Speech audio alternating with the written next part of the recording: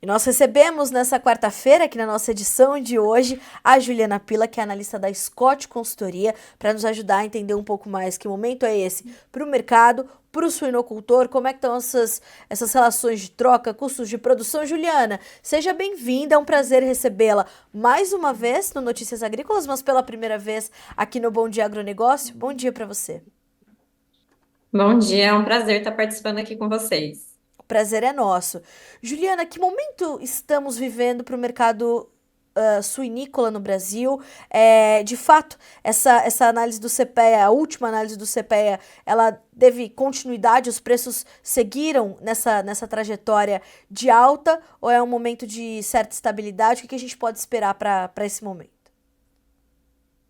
Bom, segundo o levantamento aqui da Scott Consultoria, né, o mercado de suínos realmente ele vem se recuperando aí. Nos últimos 3 meses, a gente vem observando uma valorização dos preços, tanto nas granjas como também no atacado, né? O que a gente tem observado nesse mercado é que a oferta ela está um pouco mais ajustada e junto a isso, né, nós temos uma demanda um pouco mais ativa. Pensando aqui no mercado interno, o que a gente vê é uma demanda mais ativa e isso também tem sido influenciado, né, agora no período mais frio do ano, o consumo da proteína suína ela acaba aumentando. Outro ponto que a gente destaca que tem colaborado para esse momento aí que a gente está vivenciando de alta de preços na suinocultura é com relação às exportações. As exportações no primeiro semestre de carne suína foi bastante positiva. A gente teve um volume exportado no primeiro semestre um pouco maior do que a gente registrou em igual período de 2023. Cabe lembrar, né, que as exportações no ano passado foram recordes, ou seja, a gente já está comparando com uma base alta. E agora, em julho, né, esse volume exportado continua em bom ritmo. Se a gente pegar na parcial agora das 3 semanas de julho, o volume diário exportado também está maior que igual ao período do ano passado. Então, esses fatores aí têm colaborado para esse momento da suinocultura de alta de preços que a gente está observando. Agora, Juliana, olhando um pouco mais para detalhando um pouco mais essa condição do consumo interno, quero entender de ti se isso pode continuar, se tende a continuar, é um movimento que ainda tem um espaço, né, uma vida útil que está prevista, que está no horizonte, ou se a gente pode ter um recuo desse consumo e como está a competitividade da carne suína em relação a outras proteínas quando a gente olha para a demanda interna para o consumo aqui no Brasil. Bom, o consumo ele tem uma certa sazonalidade dentro do mês, né? Na primeira quinzena do mês, a gente observa aí sempre uma demanda um pouco mais ativa em função de recebimento de salários, ou seja, a população ela está mais capitalizada e então ela acaba indo mais às compras. Na segunda metade do mês, a gente observa já uma demanda que vai se enfraquecendo aí com o passar dos dias. Então, o que a gente tem observado agora em julho é justamente esse movimento. A gente viu uma alta um pouco mais expressiva dos preços da carne suína no atacado e agora já está tendendo mais à estabilidade, mas esse movimento ele é comum. Pensando aí um pouco mais em médio prazo, a gente já está entrando aí, já estamos no pezinho no segundo semestre, e normalmente no segundo semestre a gente observa, de modo geral, uma demanda mais ativa do que na primeira metade do mês.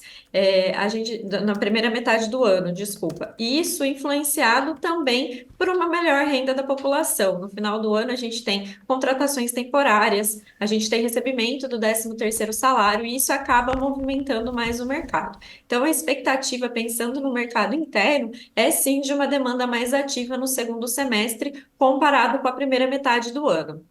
Agora, falando um pouquinho com relação à competitividade da carne suína com as demais proteínas, a carne de frango e também a carne bovina, se a gente pegar um comparativo desse aumento de preços no atacado, a carne de suína realmente teve uma valorização acima das demais proteínas, ou seja, a carne suína ela vem perdendo competitividade frente à proteína bovina e frente à proteína da carne de frango, e isso pode impactar de uma certa forma a demanda aqui no curto prazo. Juliana, como é que isso está se traduzindo para o suinocultor efetivamente, né? Essa melhora ela se transfere efetivamente para o produtor, para o preço do animal vivo ou para o preço como é que está para ele, produtor, nesse momento, o entendimento desse consumo melhor se traduzindo não só internamente, mas também nas exportações, e como você bem pontuou, numa comparação, né, de uma base alta de comparação, como tudo isso vem se traduzindo para o produtor de suínos nesse momento?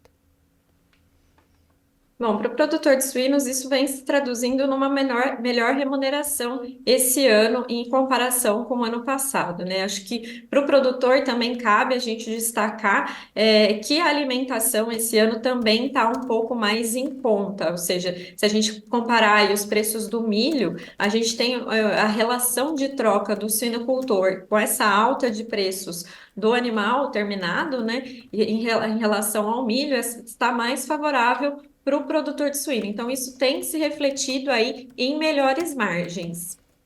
Era isso que eu queria entender também, justamente essa condição da relação de troca, olhando para esse momento de pressão sobre os preços do milho. Então, isso também já está bastante claro, se apresenta de forma bastante transparente para o produtor e consolidado esse momento melhor de relação de troca. Isso, quando a gente analisa os números, né, essa valorização para o suinocultor, pensando na venda do animal e traduzindo isso na compra de insumos, está mais favorável esse ano do que a gente observava no ano passado. Juliana, quando a gente olha para os demais itens que compõem o custo de produção, eles também estão em melhores momentos? O poder de compra do suinocultor está melhor ou tem alguns itens ali, quando a gente pensa nesses custos, que chamam um pouco mais atenção, em especial por conta desse dólar mais elevado?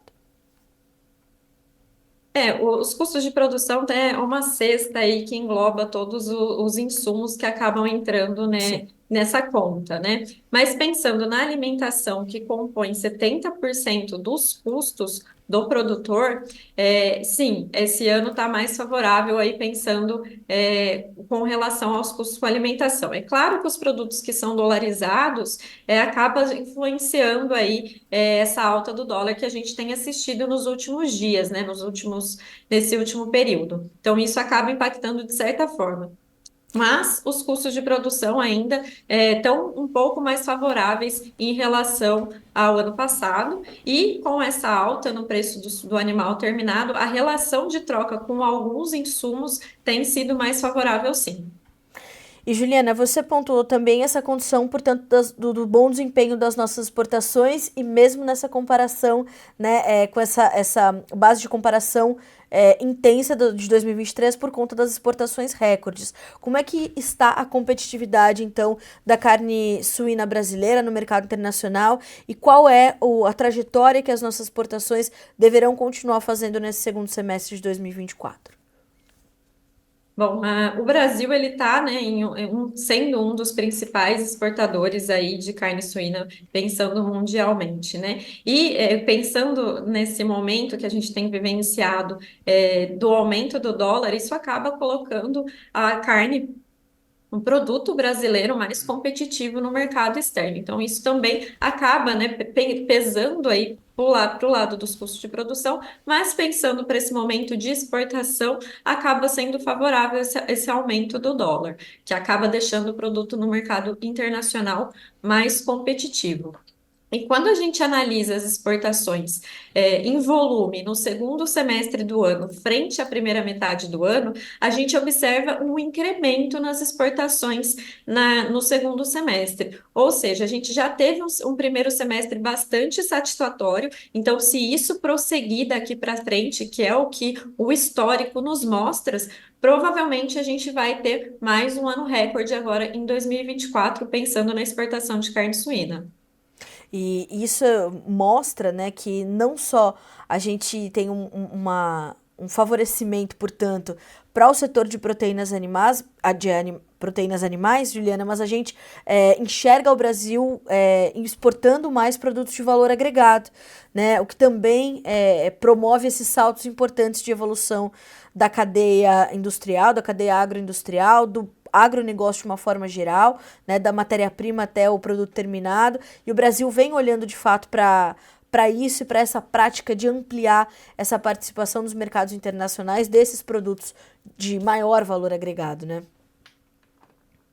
Exatamente. O Brasil ele vem fazendo a lição de casa, né? Inclusive quando a gente vai acompanhar aí o número de países que vem recebendo os produtos brasileiros, esse leque de países que estão comprando a carne suína brasileira vem aumentando ano a ano, o que é favorável aí pensando do lado das exportações e pensando do lado da cadeia como um todo.